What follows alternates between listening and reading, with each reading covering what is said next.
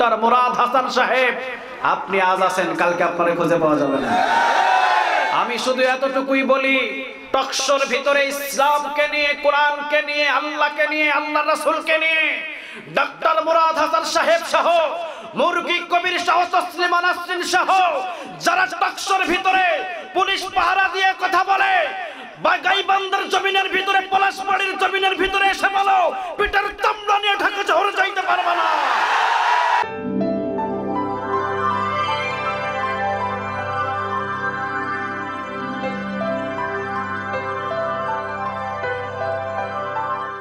গুনাহ আল্লাহ মাফ করে দেবে।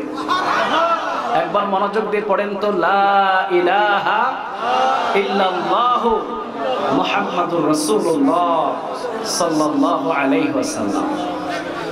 মুসা আলাইহিস সালাম বললেন, রব্বে করিম, আপনার কাছ থেকে স্পেশালি যে দোয়া আমি চাইলাম, স্পেশালি তো দোয়া আপনি দেন নাই, আপনি তো দিলেন জাতীয় দোয়া, যেটাকে জাতীয় দোয়া বলা হয়।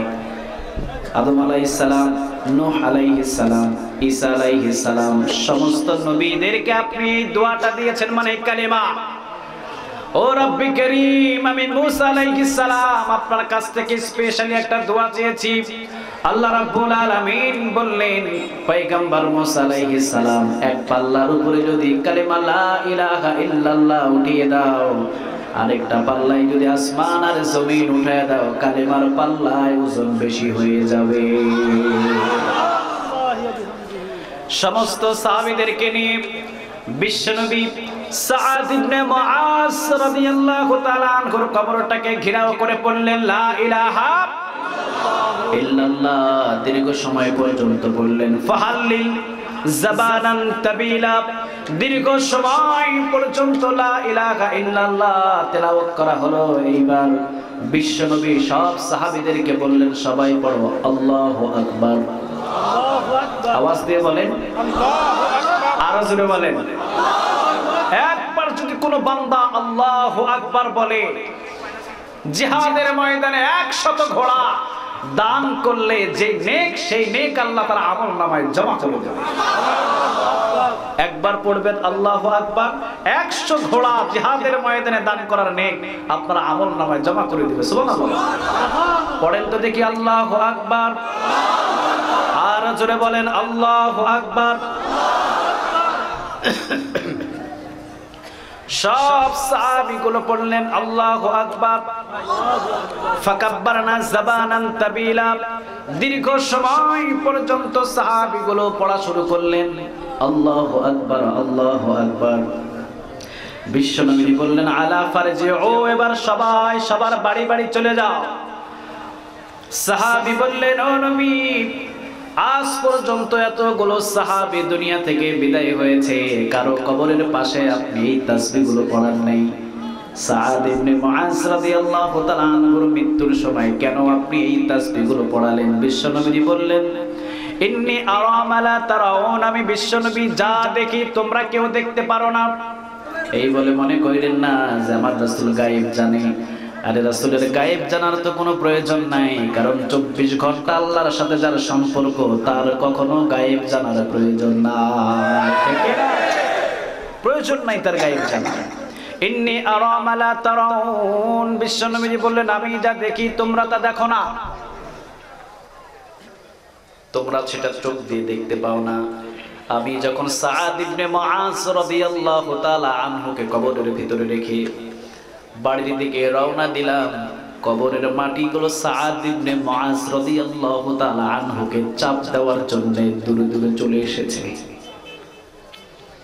কবরে চতুর্দিক থেকে চাপ দেওয়ার জন্য সাআদ ইবনে মুআজ রাদিয়াল্লাহু তাআলা আনহুর দিকে তেড়ে আসে। কবরের চাপ হবে দুই ধরনের। কয় ধরনের? একটা চাপ হবে এইভাবে, এক পাজরের হাড়গুলো আর এক পাজরে ঢুকবে, আরেকটা চাপ হবে মুসাবার মতো। সুবহানাল্লাহ বলেন। মুত্তাকি, দিনদার, ইমানদার, পরহেজগার, আল্লাহ রাব্বুল আলামিন বলবে কবর, খবরদার মুত্তাকি, ইমানদার, দিনদারকে চাপ দিবি না, মুসাবা করে সরে যা। সুবহানাল্লাহ। আরেকটা চাপ হবে এক পাজরের হাড়গুলো আর এক পাজরে ঢুকে যাবে। বিশ্ব নবীজি বললেন সাআদ ইবনে মুআজ রাদিয়াল্লাহু তাআলা আনহু আমার একজন সাহাবী, অন্ধকার কবরের ভিতরে রাখার সাথে সাথে আমি দেখলাম দুই পাশের মাটি তেড়ে আসছে সাআদ ইবনে মুআজকে চাপ দেওয়ার জন্য। সাথে সাথে আমি সব সাহাবীদেরকে নিয়ে শুরু করলাম সুবহানাল্লাহ। সবাই যখন পড়লাম একের পর এক কবরটা প্রশস্ত হওয়া শুরু হয়েছে। এরপরে পড়লাম লা ইলাহা ইল্লাল্লাহ, কবরটা আরো প্রশস্ত হলো। এরপরে পড়লাম আল্লাহু আকবার। সাআদ ইবনে মুআজ রাদিয়াল্লাহু তাআলা আনহুর চোখের দৃষ্টি যতদূর পর্যন্ত গিয়েছে ততদূর পর্যন্ত কবরটারে প্রশস্ত করে দিয়েছে কে? সুবহানাল্লাহ বলবেন না? কবরের যে আযাব আছে বিশ্বাস হয়? কথা বলেন হয়? আল কবরু রাওদাতুম মিন রিয়াদিল জান্নাহ আও হুফরাতুম মিন হুফারিন নার। বিশ্ব নবীজি বললেন কবর কারো জন্য হয়ে যাবে জান্নাতের বাগান, আবার কবরটা কারো জন্য জাহান্নামের গর্ত বানিয়ে দেবে কে? আল্লাহ। আর জোরে বলতে হবে কে? আল্লাহ। বিশ্ব নবীজি বললেন অন্ধকার কবরে আযাব থেকে বাঁচার জন্য তিনটা জিনিস লাগবে। জোরে বলেন কয়টা? আরো জোরে বলতে হবে কয়টা? আল্লাহ বললেন দুইটা জিনিস বান্দা আমি নিজের কাছে রেখে দিলাম, বান্দা একটা জিনিস আমি তোদেরকে দিলাম। সুবহানাল্লাহ বলেন। দুইটা জিনিস কার কাছে? একটা জিনিস আমাদের কাছে দিয়ে দিলেন কে? বিশ্ব নবী বললেন প্রথম যে জিনিস কবরের আযাব থেকে মাফ হয়ে যাবে বৃহস্পতিবার আসর নামাজের পর থেকে জুমার দিন মানে শুক্রবার আসর নামাজের আগে যদি কোনো বান্দার মৃত্যু হয়ে যায়, সুবহানাল্লাহ বলবেন না? বৃহস্পতিবার সন্ধ্যা থেকে জুমার দিনের আসর নামাজের আগে যদি কারো মৃত্যু হয়ে দাফন হয়ে যায় কবরের আযাবটা মাফ করে দেবে কে? কার হাতে? আল্লাহর হাতে। সবাই বলেন আল্লাহর হাতে। কোন দিন মরবেন জানে কে? কোন দিন কোন সময় মরবেন পৃথিবীর কেউ জানে না। বলেন তো দেখি জানে কে?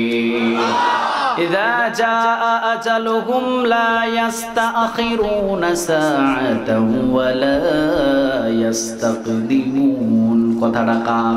আল্লাহ। মৃত্যুর সময় যখন এসে যাবে পৃথিবীর কারো ক্ষমতা না আপনাকে সেখান থেকে 1 ইঞ্চি পরিমাণ সরাতে পারে। চিল্লা বলো ঠিক কিনা? ভাই মৃত্যুটা এমন একটা জিনিস কারো ক্ষমতা নাই সরাতে পারে।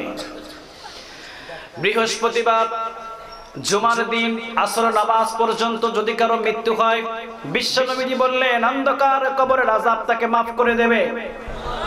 সুবহানাল্লাহ বাড়িতে গিয়ে বললেন। দ্বিতীয় নম্বর বললেন, দ্বিতীয় নম্বর রমজান মাসের ভিতরে যদি কেউ দুনিয়া থেকে বিদায় হয়ে যায় কবরের চাপ থেকে তাকে মাফ করে দিবে কে? কোন মাসে মরবেন ভালো জানে কে? আল্লাহ। সবাই বলেন কে? আল্লাহ। 3 নাম্বার বিশ্ব নবীজি বললেন প্রত্যেক ফরজ নামাজের পর যে বান্দা আয়াতুল কুরসি পড়বে তার কবরের আযাব মাফ। সুবহানাল্লাহ। সুবহানাল্লাহ বাড়িতে গিয়ে বললেন। বলেন তো দেখি আয়াতুল কুরসি এখন প্রত্যেক ফরজ নামাজের পরে তেলাওয়াত করার দরকার আছে? আরো জোরে বলতে হবে আছে আছে। শুরু করেন আউযু বিল্লাহি মিনাশ শাইতানির রাজীম বিসমিল্লাহির রাহমানির রাহিম।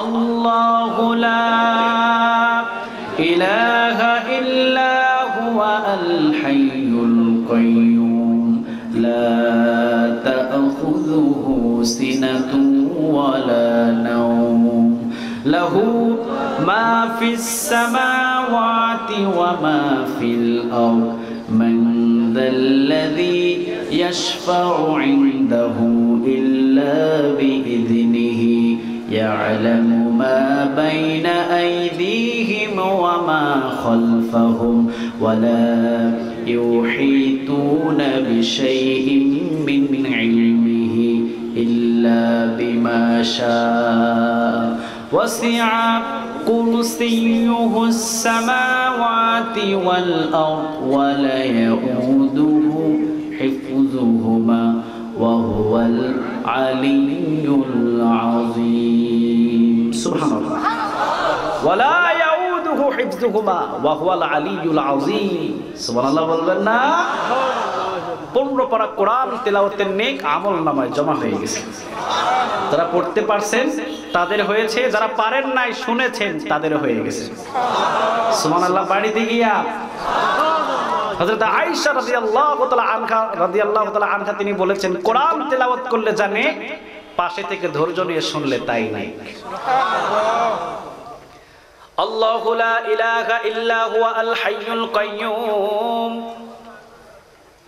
আল্লাহ হচ্ছেন তিনি, যিনি ছাড়া পৃথিবীতে আর কোনো ইলাহা নাই। ঠিক না ঠিক? হাজার হাজার দেবতা আছে, এমন ধর্ম আছে না নেই? আমার হিন্দু ভাইদের দেবতা হলো 33 কোটি। 33 কোটি। কয় কোটি? সবাই বলে। কাজ দেখেন, ঢাকা ঢাকেশ্বরী একটা মন্দির আছে, পুরো বাংলাদেশের ভিতরে সবচেয়ে বড় মন্দির, নাম কি? সবাই বলেন। ঢাকা ঢাকেশ্বরী মন্দির থেকে সবচেয়ে বড় দেবতার গলা থেকে 100 ভরি স্বর্ণের চেন চুরি হলো। একটা ঢাকা ঢাকেশ্বরী ওই মন্দিরের দেবতা টের পেল না, কে নিল? আচ্ছা বলেন তো দেখি, এই দেবতাগুলো কামিলা না আকামিলা? সবাই আওয়াজ দিয়ে বলতে হবে, কামিলা না আকামিলা? আকামিলা। 33 কোটি দেবতার ইবাদতের দরকার নাই, কামিলা এক আল্লাহর ইবাদতের প্রয়োজন এখন বেশি। কার ইবাদত করো? আল্লাহ। 33 কোটির প্রয়োজন নাই, এক আল্লাহর ইবাদত করো। পুরো জিন্দেগিটা বদলায় দিবে কে? সবাইরে বলতে হবে কে? আল্লাহু লা ইলাহা ইল্লা হুয়া আল হাইয়ুল কাইয়্যুম। আল্লাহ হচ্ছেন তিনি, যিনি ছাড়া কোনো ইলাহা নাই, কোনো উপাস্য নাই, কোনো মাবুদ নাই। সুবহানাল্লাহ। তার কি ছেলে আছে, মেয়ে, বিবি? কোনো কিছুর প্রয়োজন আছে না, কোনো কিছুর প্রয়োজন নাই, তার কোনো কিছু লাগে না, তিনি একা 100। সুবহানাল্লাহ। আল্লাহ রাব্বুল আলামিন বললেন, তাবারাকাল্লাযী বিয়াদিহিল মুলকু ওয়া হুয়া আলা কুল্লি শাইইন কাদির। কথাটা কার? আল্লাহ। আর জোরে বলতে হবে কার? আল্লাহ। তাবারাকাল্লাযী বিয়াদিহিল মুলক, বরকতময় আল্লাহ যার হাতে রাজত্ব। সুবহানাল্লাহ। সুবহানাল্লাহ। এখন আর রাজত্ব তার হাতে নাই। কথা কন না কেন? দিন দিন আল্লাহর শক্তি কমে গেছে, দিন দিন চোখের পাওয়ার কমে গেছে। আমাদের মতো আমরা ক্ষমতায় বসলে যেমন দিন দিন অসুস্থ হয়ে যায়, আল্লাহ এরকম 10 বছর পর আরো অসুস্থ হয়ে যাবে, এইরকম। 1 ইঞ্চি কমছে? কথা বলেন, 1 ইঞ্চি কমছে? কমে নাই, 1 ইঞ্চি কমে নাই। মুদির বাহাদুরি বহু দেখতেছে, ঠিক কিনা? ইসলামের বিপক্ষে যারা কাজ করছে, রব্বে কারীম আরশে আজিম থেকে শুধু দেখে যাচ্ছে, ধরে নাই। যখন ধরবে ইন্দুরের গর্ত খুঁজে পাইবা না। ইসলামটাকে নিয়ে বেশি বাড়াবাড়ি করো না, আল্লাহ যখন ধরবে ইন্দুরের গর্ত খুঁজে পাইবা না। চিল্লা বলো ঠিক কিনা? বাংলার জমিনের ভিতরে, এই ভাই বসেন বসেন, বাংলার জমিনের ভিতরে রাষ্ট্র ধর্ম ইসলাম আছে, কিয়ামত পর্যন্ত থাকবে। ডক্টর মুরাদ হাসান সাহেব, আপনি আজ আছেন, কালকে আপনারে খুঁজে পাওয়া যাবে না। আমি শুধু এতটুকুই বলি, টকশোর ভিতরে ইসলামকে নিয়ে, কোরআনকে নিয়ে, আল্লাহকে নিয়ে, আল্লাহ রাসূলকে নিয়ে ডক্টর মুরাদ হাসান সাহেব সহ, মুরগি কবির সহ, তসলিমা নাসরিন সহ যারা টকশোর ভিতরে পুলিশ পাহারা দিয়ে কথা বলে, গাইবান্ধার জমিনের ভিতরে, পলাশবাড়ির জমিনের ভিতরে এসে বলো, পিটার চামড়া নিয়ে ঢাকা শহরে যাইতে পারবে না।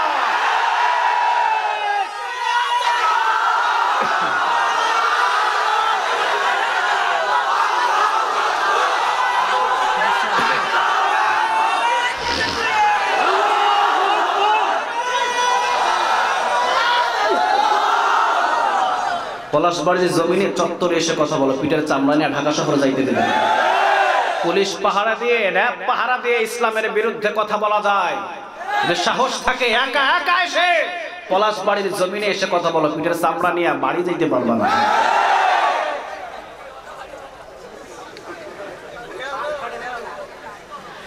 এই জন্য আল্লাহ রাব্বুল আলামিন বললেন, আল্লাহু লা ইলাহা ইল্লা হুয়া আল হাইয়ুল কাইয়্যুম। আল্লাহ হচ্ছেন তিনি, যিনি ছাড়া কোনো ইলাহা নাই, কোনো উপাস্য নাই। বলেন তো তিনি কে? আল্লাহ বলছেন বান্দা চিন্তা করিস না, 10 বছর আমার রাসূলকে মার খাওয়াইছি, বাকি 10 বছরে বিজয়ের মালা আমার রাসূলের গলায় পরিয়ে দিয়েছি। আজকে তোমার ছেলে গুম, আজকে তোমার মেয়ে নির্যাতিত, আজকে জেলখানায় থেকে ছেলের মৃত্যুর খবর তোমাকে শুনতে হয়। বাংলার জমিনের ভিতরে তুমি প্রবেশ করতে পারো না, লন্ডনে সিঙ্গাপুরে কোরআনের দাওয়াত নিয়ে তুমি চাইতে পারো না। আল্লাহ রাব্বুল আলামিন বলতেন সারা জাহানের রব আমি, যদিও একটা থেকে 2টা দেশ তোমার জন্য বন্ধ, সারা ওয়ার্ল্ড তোমার জন্য কোরআনের জন্য খুলে দেব। চিন্তা করো না, 2-3টা দেশ তোমার জন্য বন্ধ হবে, 1000টা দেশ কোরআনের জন্য আমি আল্লাহ উন্মুক্ত করে দেব।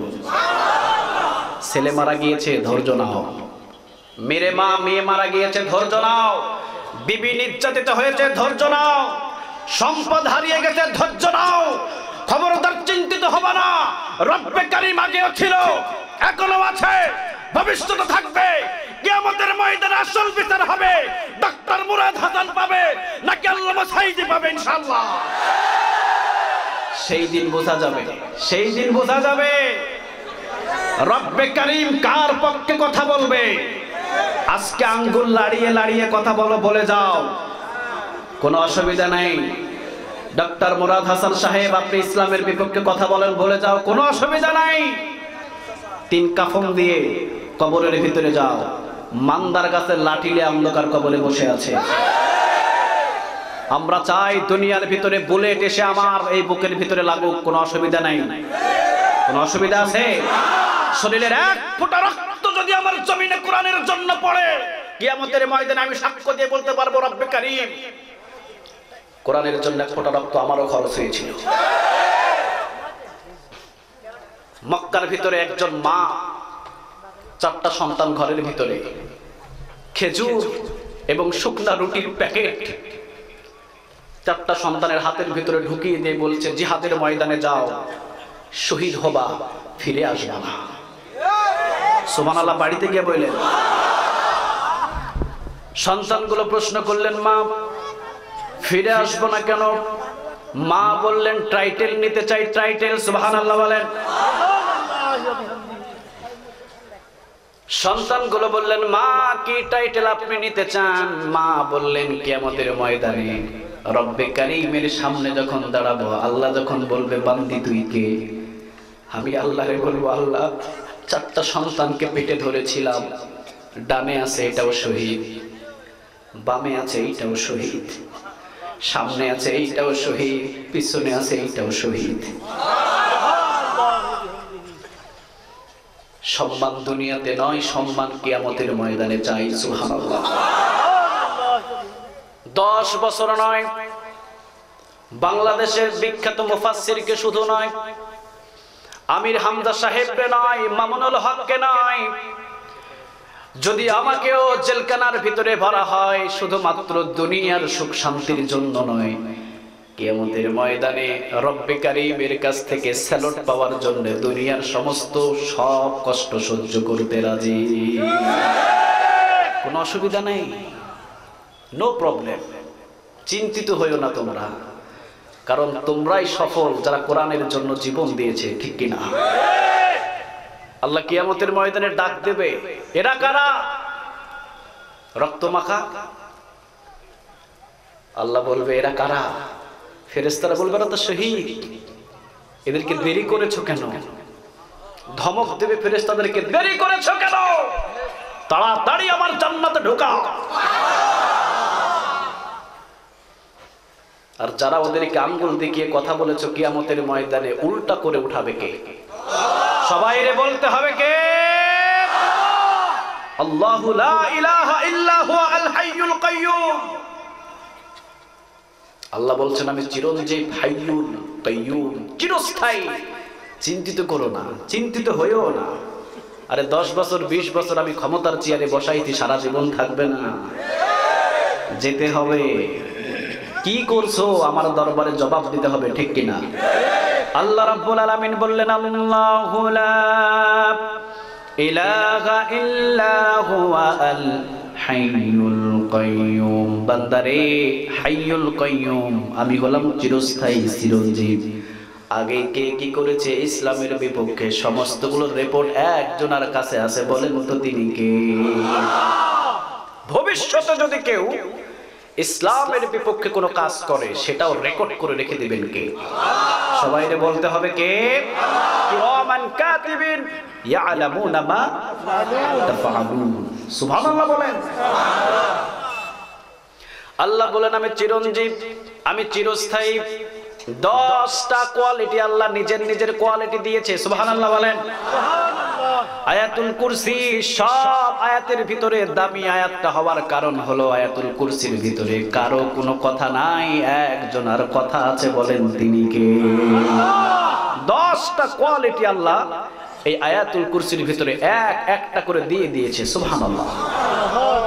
তিনি বললেন আমি চিরঞ্জীব, আমি চিরস্থায়ী, আমি ছিলাম, আছি, থাকবো। সুবহানাল্লাহ।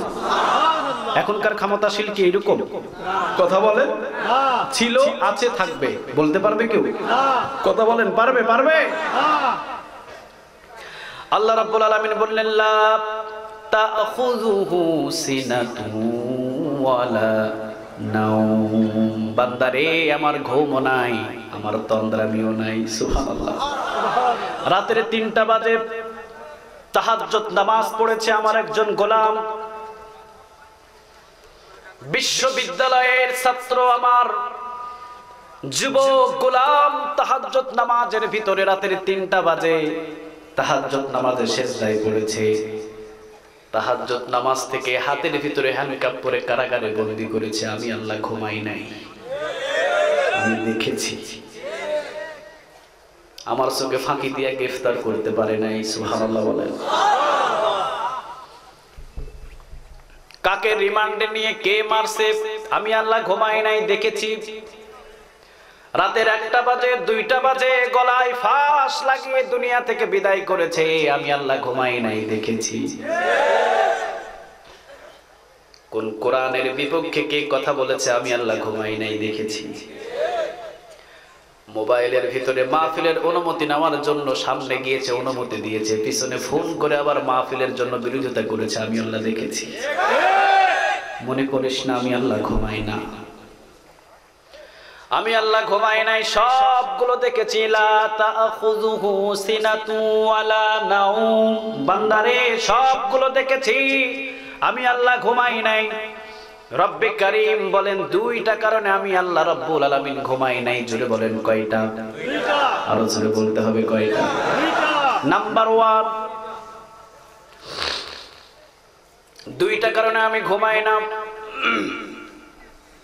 হযরত মুসা আলাইহিস সালাম বললেন রব্বে কারীম আপনি ঘুমান না, কি জন্য আপনি ঘুমান না? আপনার কি কোনোদিন ঘুম নাই? আল্লাহ বললেন না, আমার ঘুম নাই। কি জন্য আপনি ঘুমান না? আল্লাহ রাব্বুল আলামিন বললেন পয়গম্বর মুসা আলাইহিস সালাম আসো, কি জন্য ঘুমায় না একটু বুঝো।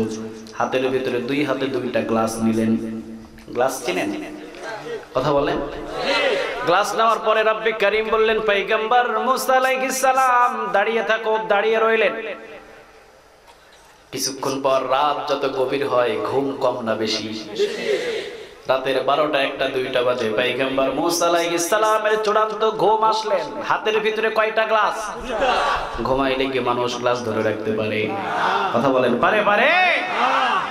হাতের ভিতরে থেকে গ্লাস 2টা ছেড়ে দিলেন, জমিনের ভিতরে পড়ে গেলেন, ঠাস করে চুরমাচুর হয়ে গেলেন। পয়গম্বর মুসা আলাইহিস সালাম লাফ দিয়ে উঠলেন, রব্বে কারীম কি জন্য আপনি ঘুমান না? আল্লাহ রাব্বুল আলামিন বললেন পয়গম্বর মুসা আমার 2 হাতের ভিতরে আসমান জমিন সবগুলোই 2 হাতে। আমি আল্লাহ যদি ঘুমায়া যায় কখন আসমান এবং জমিন গুলো ভেঙে কাঁচ ভাঙার মতো চুরমাচুর হয়ে ভেঙে যাবে, কেউ কোনোদিন রক্ষা করতে পারবে না। নাম্বার 1। নাম্বার 2, রাতের 1টা বাজে আপনি বিপদে পড়েছেন, গভীর জঙ্গলের ভিতরে আপনি বিপদে। রাতের বাজে কয়টা? সবাই বলেন কয়টা? রাতের 1টা বাজে আপনি বিপদে, গভীর জঙ্গলের ভিতরে রাতের 1টা বাজে আপনি মুসিবতে পড়েছেন।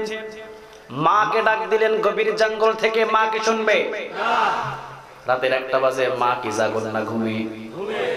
রাতের 1টা বাজে নিজের বন্ধুরে ডাক দিলেন, নিজের বন্ধু জাগন না ঘুমিয়ে?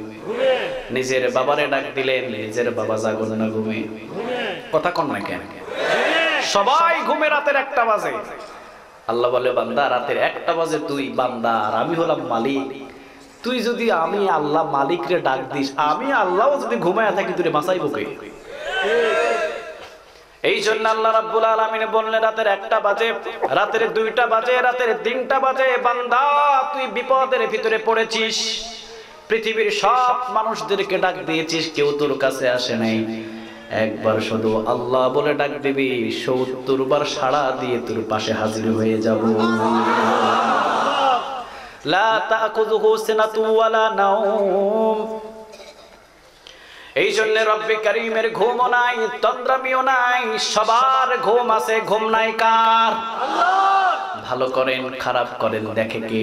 আল্লাহ। ফামান ইয়ামাল মিসকালা যাররাতিন খায়রান ইয়ারা ওয়া মান ইয়ামাল মিসকালা যাররাতিন শাররান ইয়ারা। যাররা পরিমাণ গুনাহ করেছেন হাজির করবে কে? আল্লাহ। ঘুমায়া থাকলে কি হাজির করা যাবে? না।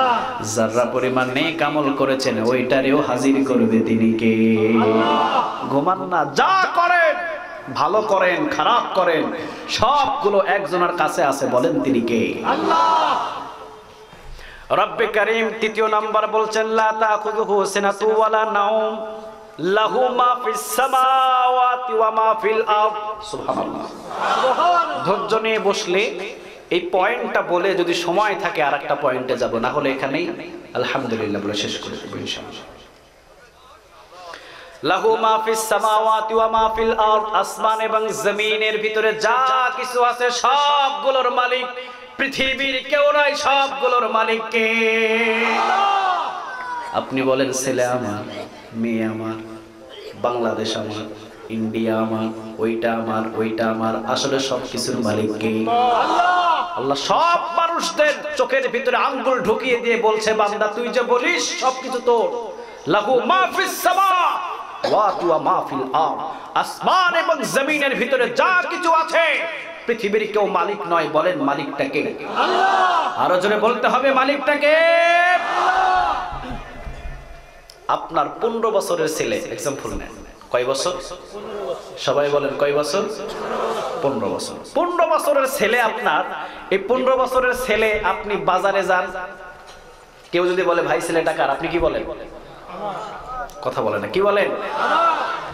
আপনি গেলেন আপনার শ্বশুর বাড়ি, আপনি বিলের ভিতরে ঘুরতে নিয়ে বাইরে হয়েছেন, সবাই বলছে ছেলেটা কার, আপনি কি বলেন? তাহলে পৃথিবীর যে কোনো স্থানে আপনি যান, কেউ জিজ্ঞাসা যদি করে ছেলেটা কার, আপনি কি বলেন? আসলে ছেলেটা কার?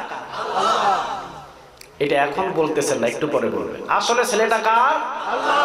কিন্তু কখনো তো কোনো জায়গায় বলেন না আপনি ছেলেটা আপনার। সব জায়গায় বলেন ছেলে আমার, ছেলে আমার, ছেলে আমার। আসলে প্রকৃতপক্ষে ছেলেটার মালিক কে? আল্লাহ।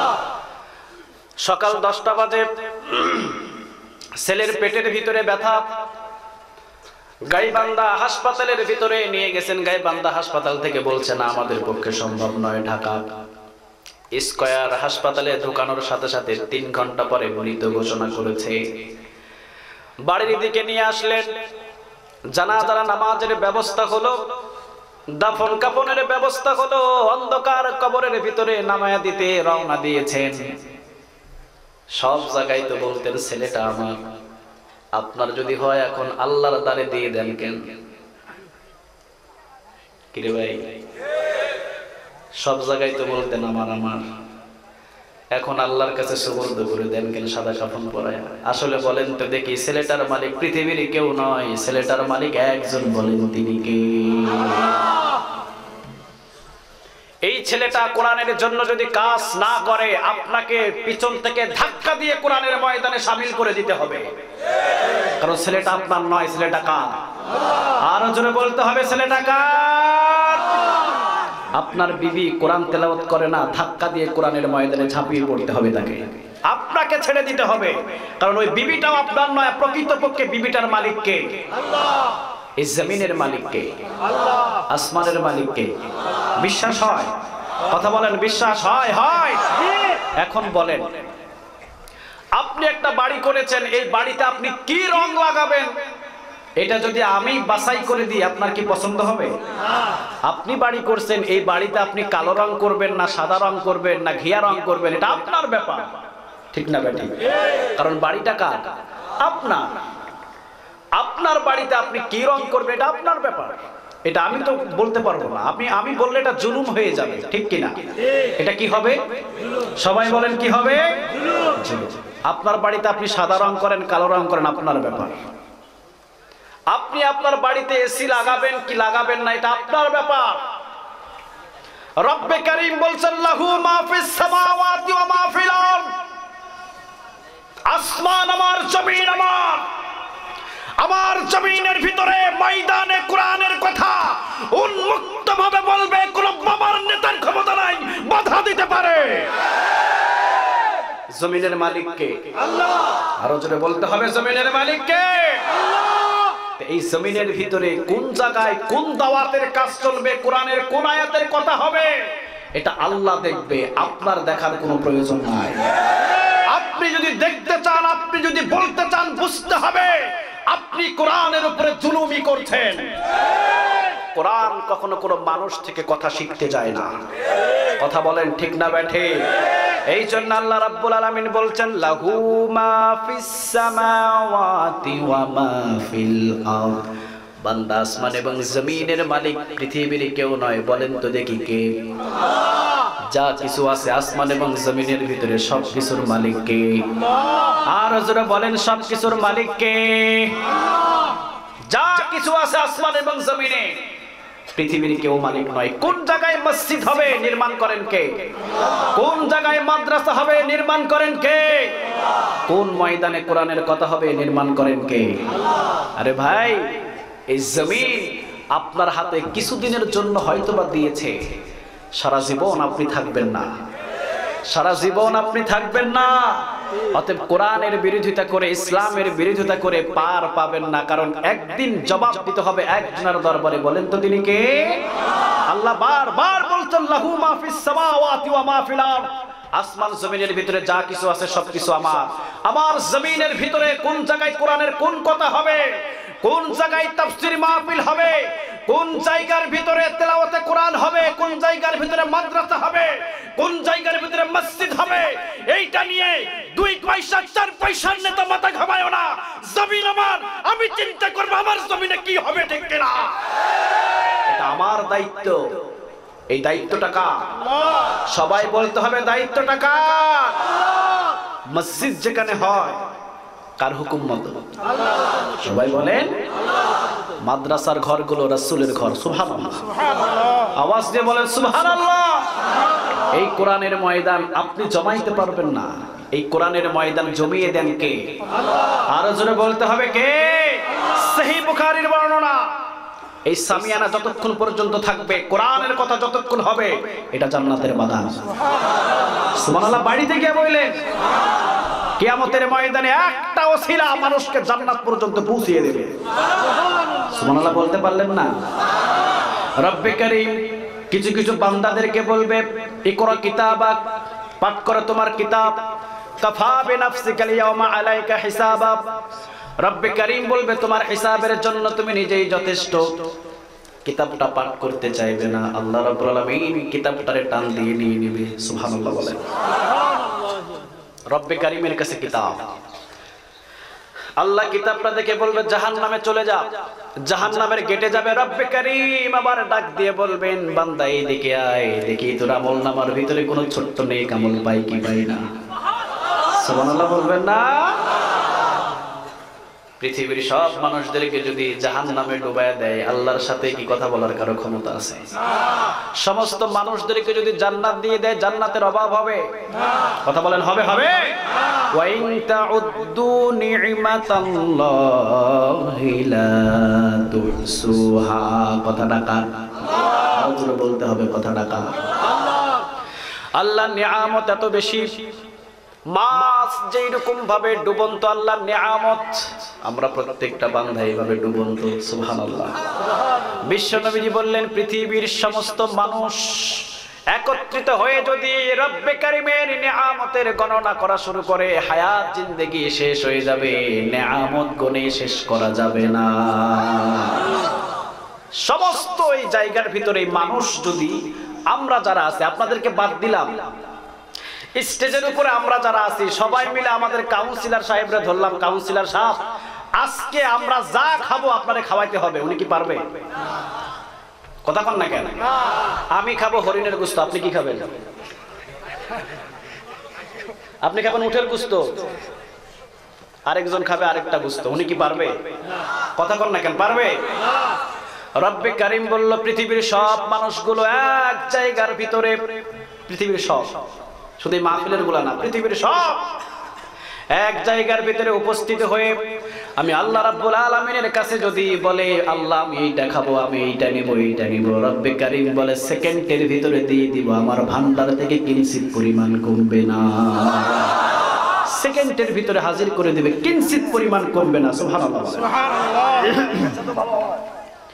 আমলনামাটা আল্লাহ রাব্বুল আলামিন নিজেই নেবে, নিজে আমলনামা নেওয়ার পর বলবে বান্দা দেখি তোর আমলনামার ভিতরে ছোট্ট কোটো নেক আমল আছে না নাই? আমলনামাটা দেখে বলবে না বান্দা নেক আমল নাই, যা জাহান্নামে যা। দ্বিতীয়বারের মতো আবার জাহান্নামের গেটে যাবে। আল্লাহ রাব্বুল আলামিন আবার বলবে বান্দা ফিরে আয়। সুবহানাল্লাহ নাই?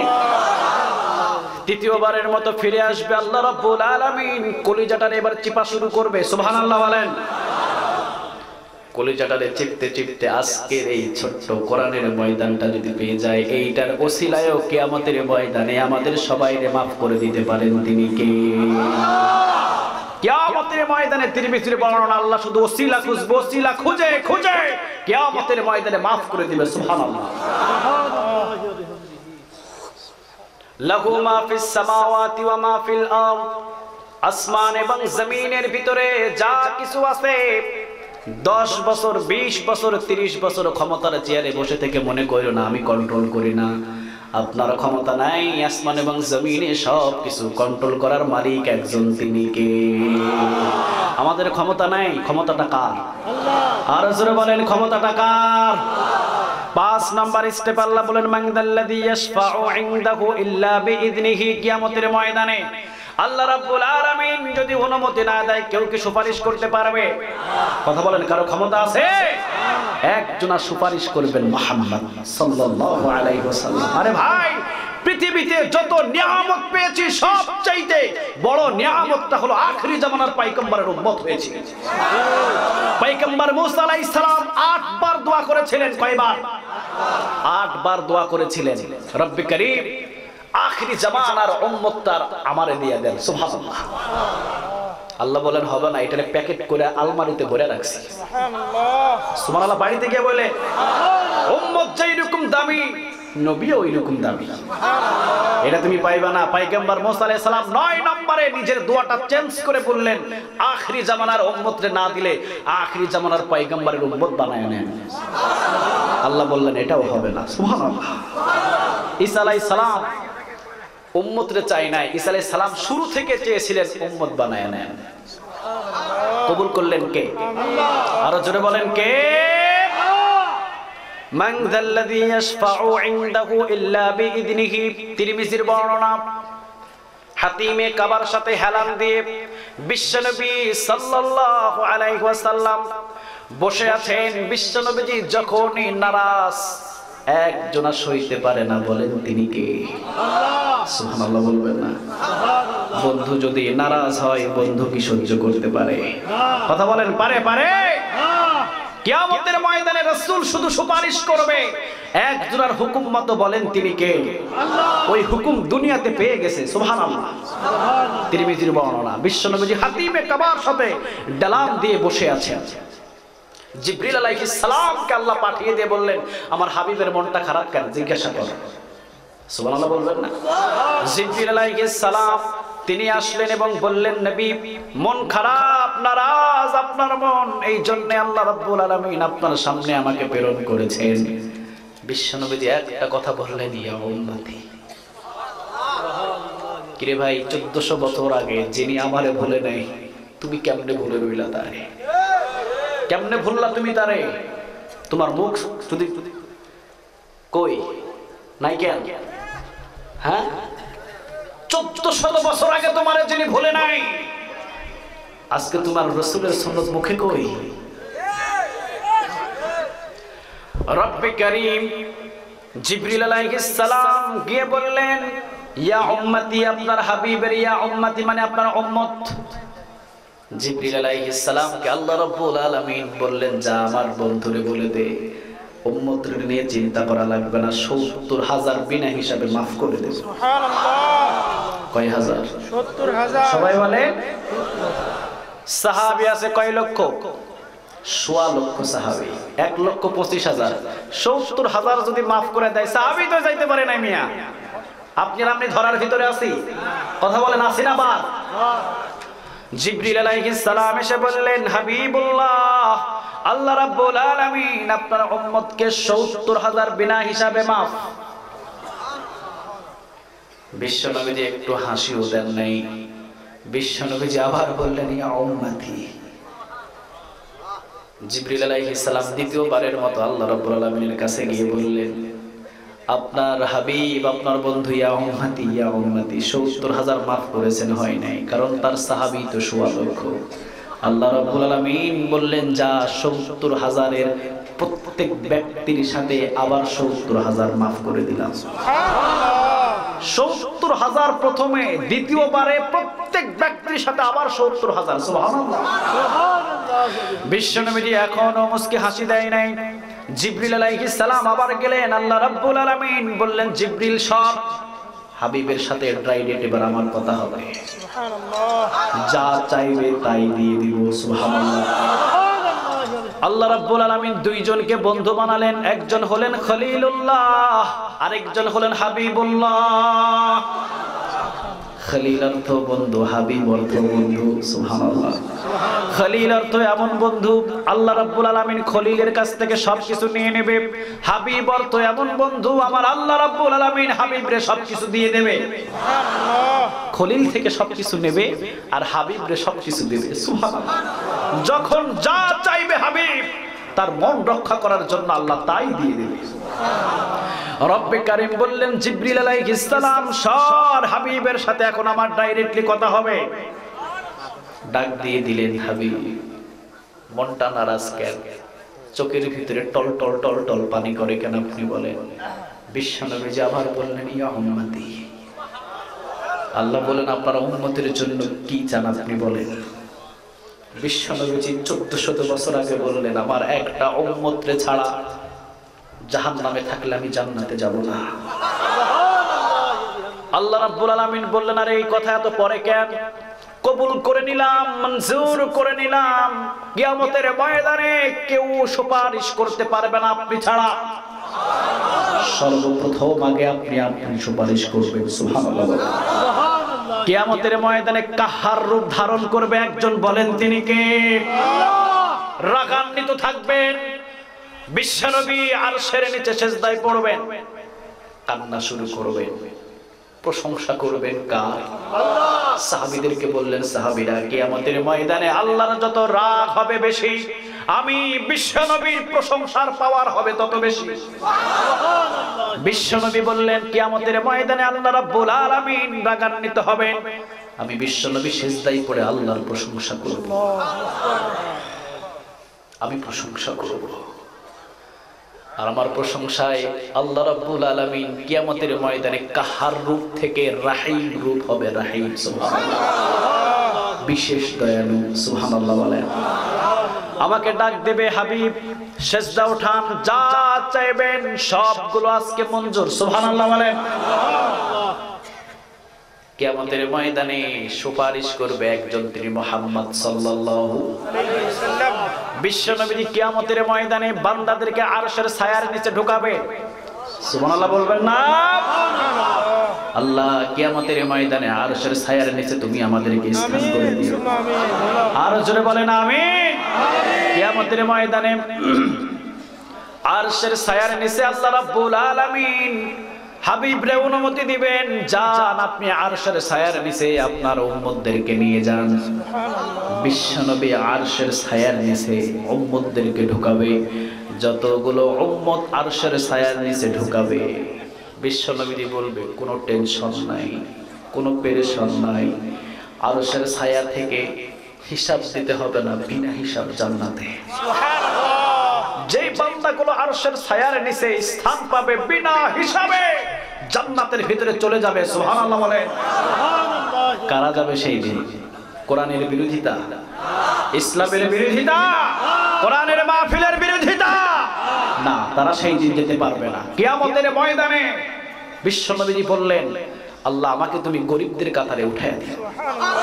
সুবহানাল্লাহ। বাড়ি থেকে বললেন, আপনার মতো আমার মতো গরিবদেরকে কিয়ামতের ময়দানে বিনা হিসাবে রব্বে কারীম মাফ করে দিবে। সুবহানাল্লাহ।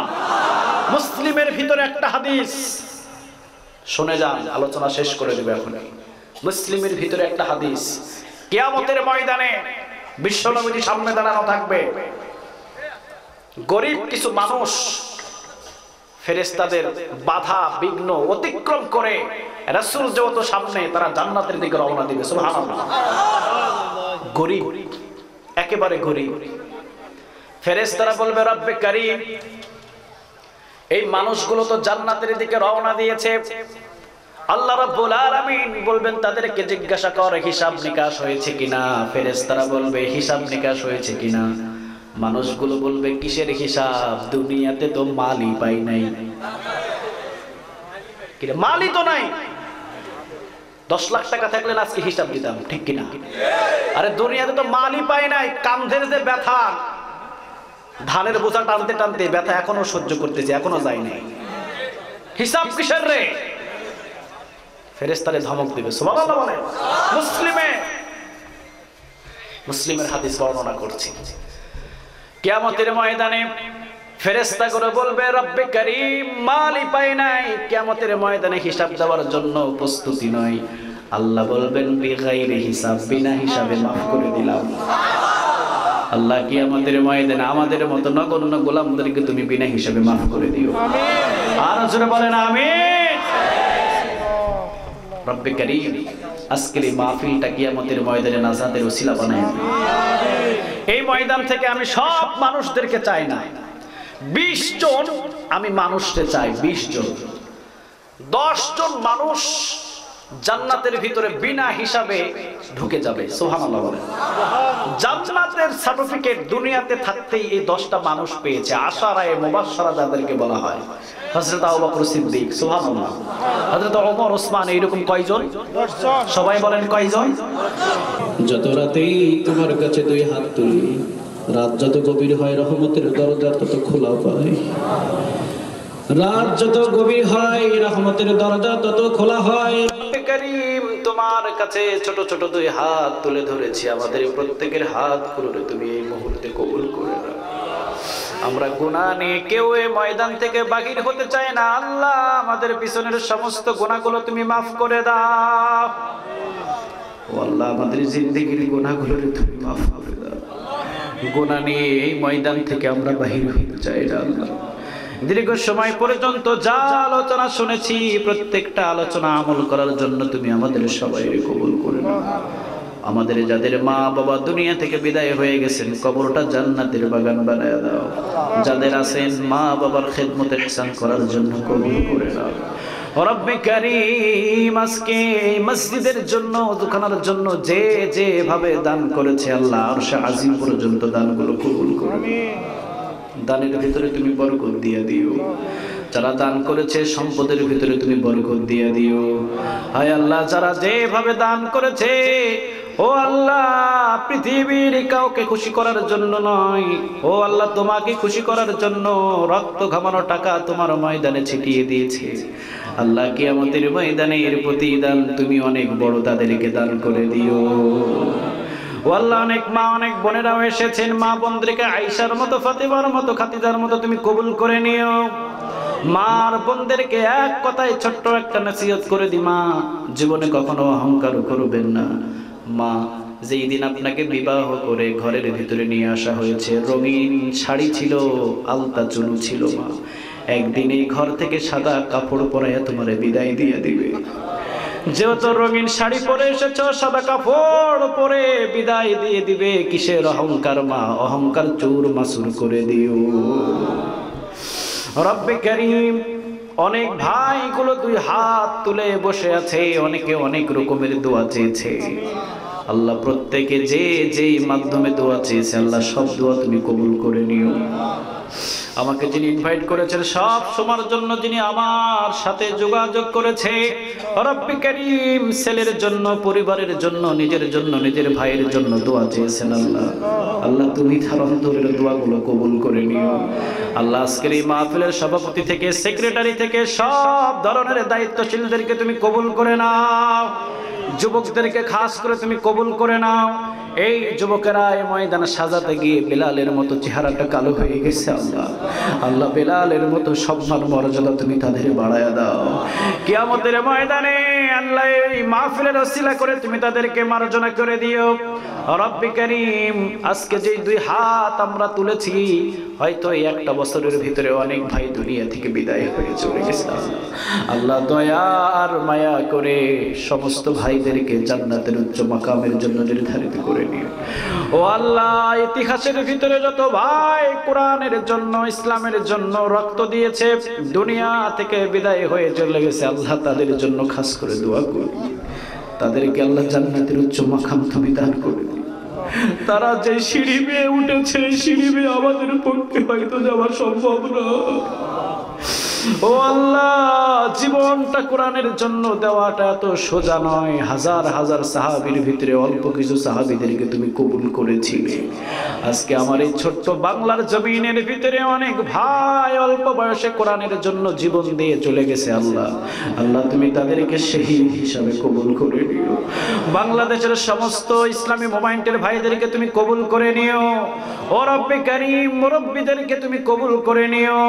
ও আল্লাহ, বাংলাদেশের আলেম ওলামাদের উপরে খাস করে তুমি রহমত করো। আল্লাহ, যারা বাংলার বাহিরে আছে আল্লাহ তুমি তাদেরকে অতি দ্রুত বাংলার জমিনের ভিতরে ঢোকার জন্য কবুল করে নিও। রব্বে কারীম, অনেক বড় বড় আলেমদেরকে আমরা হারিয়ে ফেলেছি আল্লাহ, আবার যুগে যুগে বড় বড় আলেমদের বাংলার জমিনে তুমি জন্ম দিয়ে দিও।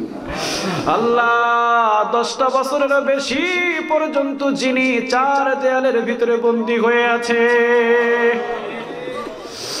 ও আল্লাহ, প্রায় 52টা দেশেরও বেশি যিনি কোরআনের কথাগুলো আনাচে কানাচে ছড়িয়ে দিয়েছে, কোনো স্বার্থের বিনিময় না, এমন কোন মাহফিল ছিল না 210 জন হিন্দু কালেমা পড়ে মুসলমান হয় না। আমরাও কোরআনের দাওয়াত দিই, কে কয়জন মুসলমান হয়, কিন্তু আমার বিশ্বাস তার কোরআনের কথাগুলো তোমার আরশে গিয়ে পৌঁছে যেত। এই জন্য শুধু মুসলিমদের নয়, অমুসলিমদের কলিজায় লেগে কালেমা পড়ে মুসলমান হয়ে যেত। আল্লাহ, এমন একজন মুফাসসিরকে আমরা হারিয়ে ফেলেছি। ও আল্লাহ, তার পরিবার পরিজনদের উপরে খাস তুমি রহমত করো। রব্বে কারীম, শুনেছি মাসুদ সাইদির কাছ থেকে 2টা কম্বল ছাড়া এখন তার কাছে আর তেমন কিছুই নাই। একটা নিচে বিছায় আর আরেকটা শরীরের ভিতরে জড়ায়। মাঘ মাস পৌষ মাসের শীতগুলো এইভাবে পার। ও আল্লাহ, পৃথিবীর কোনো স্বার্থ নয়, এরা যদি আল্লাহর ওলি না হয় পৃথিবীর ভিতরে আর আল্লাহর ওলি খুঁজে পাওয়া যাবে না। রব্বে কারীম, এদেরকে তোমার রহমতের কোলে উঠায় দাও। যত পরীক্ষা আছে সব পরীক্ষায় অটল থাকার জন্য তুমি তাদেরকে কবুল করে নাও। ও আল্লাহ, যারা দুনিয়া থেকে বিদায় হয়ে গেলেন বিনা অপরাধে শহীদের মর্তবা তুমি তাদেরকে দান করে দিও। রব্বে কারীম, আমরা যারা আছি কোরআনের ছায়া তলে মজবুত অটল ভাবে থাকার জন্য তুমি আমাদের কবুল করে নাও। ও আল্লাহ, এই পাশেই আছে হাফিজিয়া মাদ্রাসা, আল্লাহ মাদ্রাসাকে তুমি কবুল আর মঞ্জুর করে নিও। ছাত্রদের জ্ঞান তুমি খুলে দিও, শিক্ষকদের হিকমত তুমি বাড়ায়া দিও, শিক্ষকদের ইলম তুমি বাড়ায়া দিও, ধৈর্য তুমি বাড়ায়া দিও। রব্বে কারীম, এলাকার ভিতরে এই মাদ্রাসার ওসিলায় সব কবরগুলো জান্নাতের বাগানে পরিণত করে দিও।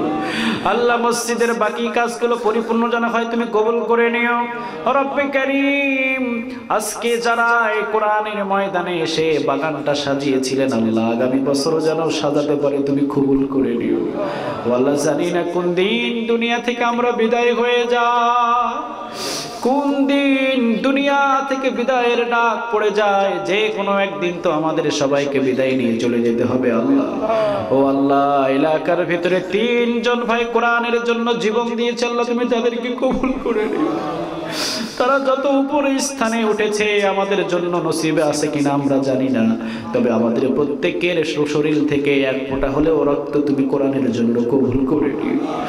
ও আল্লাহ, যেই দিন বিদায় হয়ে যাব, বৃহস্পতিবার সন্ধ্যা থেকে জুমার দিনের বিকেল পর্যন্ত আমাদের মৃত্যুটা নির্ধারণ করে দিও।